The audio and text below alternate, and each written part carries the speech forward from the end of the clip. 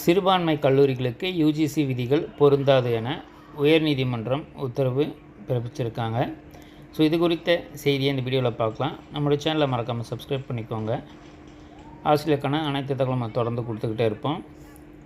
உதவி பேராசிரியர் நியமன ஒப்புதலுக்கு சிறுபான்மை கல்லூரிகளுக்கு யூஜிசி விதிகள் பொருந்தாது என தான் உயர்நீதிமன்றம் தெரிவிச்சிருக்காங்க.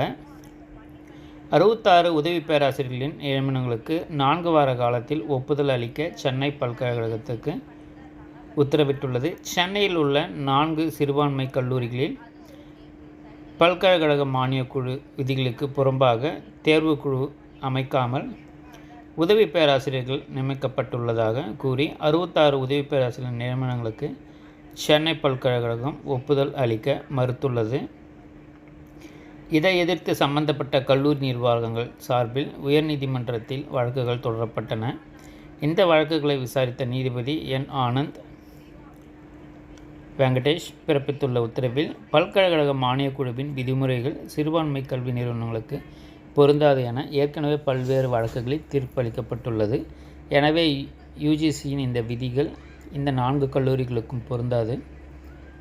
ஒவ்வொரு விதிகளையும் தனித்தனியாக எதிர்த்து வழக்கு தொடர வேண்டிய அவசியமில்லை. எனவே 66 உதவி பேராசிரியர் நியமனத்திற்கு ஒப்புதல் அளிக்க மறுத்து சென்னை பல்கலைக்கழகத்தின் உத்தரவு ரத்து செய்யப்படுகிறது. இந்த 66 உதவி பேராசிரியர் நியமனங்களுக்கும் சட்டப்படியாக செல்லும் என்பதால் அந்த நியமனங்களுக்கு ஒப்புதல் அளித்து சென்னை பல்கலைக்கழக நிர்வாகம் 4 வாரங்களில் தகுந்த உத்தரவை பிறப்பிக்க வேண்டும் என உத்தரவிட்டுள்ளனர்.